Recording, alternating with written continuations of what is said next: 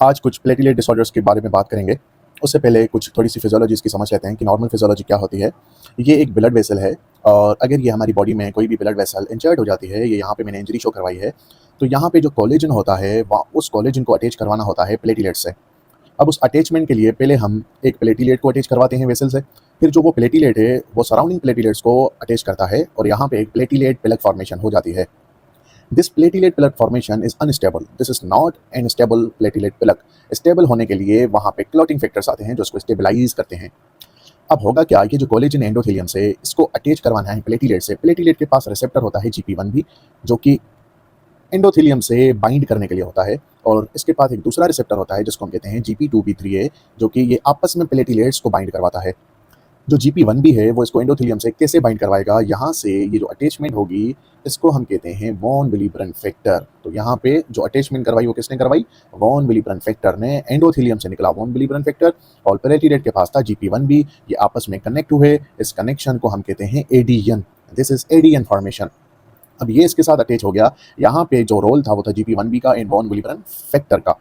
अब ये जो अटैच हुआ है ये आपस में अब प्लेटलेट्स अटैच होंगे वाया GP2B3A, ये से आपस में प्लेटलेट्स अटैच होंगे, एक प्लेटलेट दूसरे के साथ, फिर दूसरा तीसरे के साथ, फिर ऊपर नीचे, मतलब यहाँ पे एक प्लग बन जाएगा जो इसको बंद कर देगा। ये प्लेटलेट आके इसको इसे बंद कर देंगे, इस इंजरी को।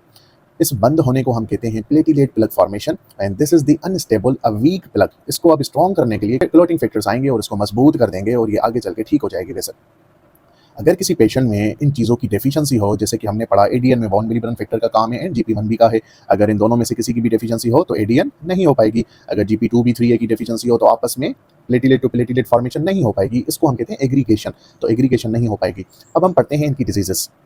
सबसे पहली डिजीज़ है कि अगर किसी पेशेंट में वॉन विलिब्रेन फैक्टर की डेफिशिएंसी हो जाती है तो क्या होता है। हमने पढ़ा ये निकलता है एंडोथेलियम से और ये बाइंड करता है प्लेटलेट के साथ और इसको हम कहते हैं एडीएन फॉर्मेशन। इसका काम क्या है, एडीएन एंडोथेलियम जो प्लेटलेट को ये एडीएन करवाएगा, और स्टेप इसका एक दूसरा रोल होता है, ये स्टेबलाइज करता है फैक्टर 8 को भी।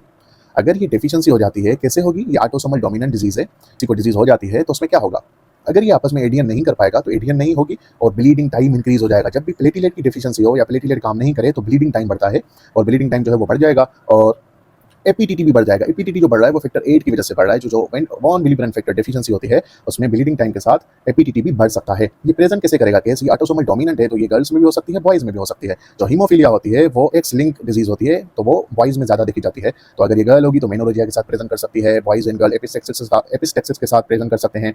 और इसकी ट्रीटमेंट में क्या होगा, हम वॉन विलिब्रेन फैक्टर का कंसंट्रेट दे देंगे या तो फिर डेस्मोप्रेज़न दे देंगे। डेस्मोप्रेज़न क्या करेगा, ये रिलीज करवाता है वॉन विलिब्रेन फैक्टर एंड फैक्टर 8, कहाँ से, एंडोथेलियम में जो स्टोर पड़ा हुआ होता है ना वो निकलवाता है, और ये हम यूज करते हैं। फिर हमने पढ़ा ये तो वॉन विलिब्रेन फैक्टर वाला हमने पढ़ा। अब अगर किसी पेशेंट में ये GP1B रिसेप्टर की डेफिशिएंसी हो जाए, ये प्लेटलेट पे लगा हुआ था फिर भी एडीएन नहीं हो पाएगी, उस कंडीशन को हम कहते हैं बर्नार्ड सोलियर्स डिजीज। जो बर्नार्ड सोलियर डिजीज है उसमें एडीएन नहीं हो पाएगी, प्लेटलेट टू एंडोथेलियम हमने पढ़ा, और ये ऑटोसोमल रिसेसिव डिजीज होती है। जो वॉन विलिब्रेन फैक्टर थी वो डोमिनेंट थी, इसमें जस्ट एंड जस्ट रिसेप्टर की डेफिशिएंसी है, और इसका जस्ट एंड जस्ट काम क्या होता है, एडीएन करवाना। इसमें ब्लीडिंग टाइम बढ़ जाएगा। इसमें प्लेटलेट तो नॉर्मल होंगे क्योंकि प्लेटलेट की डेफिशिएंसी नहीं है, लेकिन उनका फंक्शन नहीं हो पा रहा, तो ब्लीडिंग टाइम जो है वो इंक्रीज हो जाएगा, और इसमें एडीएन नहीं हो पाएगी। जब एडीएन नहीं होगी तो आप आगे चल के एग्रीगेशन भी नहीं होगी, इसमें बिग प्लेटलेट्स होंगे। अब इनको याद कैसे करना है कि इसमें बिग प्लेटलेट होते हैं, बी से बर्नार्ड सोलियर, बी से बिग प्लेटलेट्स। अगर आपसे कोई पूछता है कि इन सारी डिजीजेस में से बिग प्लेटलेट किस में होते हैं, तो this is B for Bernard Solier में होते हैं। उसके बाद एक ग्लेंसमैन थ्रोम्बस्थीनिया। हमने एक चीज़ पढ़ी कि ये सब होने के बाद प्लेटलेट टू प्लेटलेट आपस में कनेक्ट होते हैं वाया GP2B3A, और इसको हम कहते हैं एग्रीगेशन। अगर ये कनेक्शन ना हो तो जस्ट यही लगा हुआ होगा एंडोथेलियम के पास, और यहाँ पे क्लम्पिंग नहीं होगी और प्लग नहीं बनेगा, तो इस कंडीशन को हम कहते हैं ग्लेंसमैन थ्रोम्बस्थीनिया।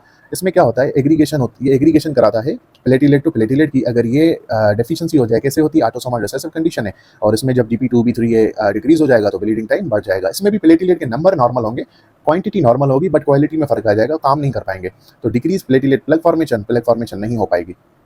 अब इसको याद कैसे करना है, बर्नार्ड सोलियर वर्सेस ग्लेंसमैन में जो बर्नार्ड सोलियर है वो बी आता है जी से पहले, तो इसमें जस्ट 1 की डेफिशिएंसी है, 1B की, और जी जो है वो बर्नार्ड के बाद आता है, तो 2B3 है, इसमें डेफिशिएंसी होती है, आप इसे याद कर सकते हो। और बिग प्लेटलेट जो होते हैं वो बी से बिग, बी से बर्नार्ड सोलियर में होते हैं।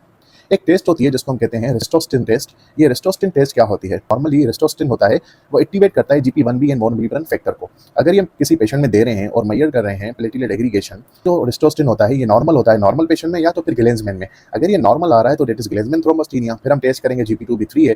अगर ये देने के बाद एग्रीगेशन डिक्रीज़ हो जाती है तो इसका मतलब बर्नर्ड सोलियर या वॉन विलिब्रन फैक्टर की डिजीज़ है। तो फिर हम टेस्ट करते हैं वॉन विलिब्रन फैक्टर लेवल, या तो उस पेशेंट को वॉन विलिब्रन फैक्टर दे देते हैं। अगर वो पेशेंट नॉर्मल हो गया इसका मतलब उसमें वॉन विलिब्रन फैक्टर का मसला था, अगर वो नॉर्मल नहीं हुआ इसका मतलब उसमें बर्नर्ड सोलियर डिजीज़ है, GP1B का मसला है।